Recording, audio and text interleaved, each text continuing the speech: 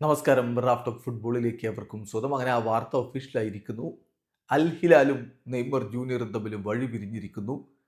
അദ്ദേഹത്തിൻ്റെ contract mutual എഗ്രിമെൻറ്റിലൂടെ terminate ചെയ്തതായി ഇപ്പോൾ അൽ ഹിലാൽ പ്രഖ്യാപിച്ചിരിക്കുകയാണ്.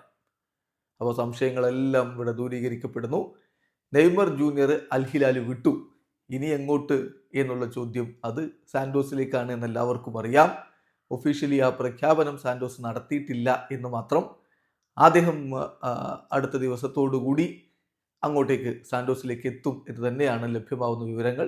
ബുധനാഴ്ച അദ്ദേഹം ബ്രസീലിലെത്തുകയും അതിനുശേഷം ഫെബ്രുവരി 1 അദ്ദേഹത്തിൻ്റെ ഒഫീഷ്യലായിട്ടുള്ള ആ ഒരു പ്രസൻറ്റേഷൻ സാൻഡോസ് നടത്തുമെന്നും ഫെബ്രുവരി 5 അദ്ദേഹത്തിൻ്റെ ജന്മദിനത്തിൽ രണ്ടാം വരവിൽ അരങ്ങേറ്റം നടത്തുമെന്നും ഒക്കെയാണ് റിപ്പോർട്ട്. ഏതായാലും ഇപ്പോൾ ഒഫീഷ്യലി ആ കാര്യം പ്രഖ്യാപിച്ചു കഴിഞ്ഞു. അൽ ഹിലാൽ വിട്ടു എന്നുള്ള പ്രഖ്യാപനം വന്നു കഴിഞ്ഞു.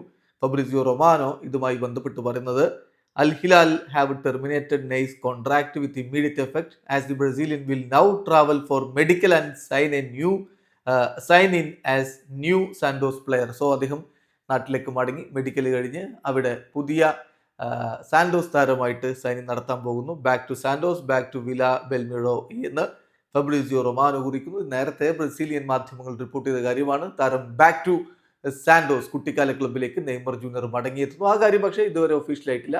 ഒരു കാര്യം ഒഫീഷ്യലായി, നെയ്മർ അൽ ഹിലാൽ വിട്ടു. വീഡിയോ സാധിക്കുന്ന ഫുട്ബോൾ ലോകത്തെ കൂടുതൽ വിശേഷങ്ങളുമായി റാഫ് ടോക്സ് എത്താം.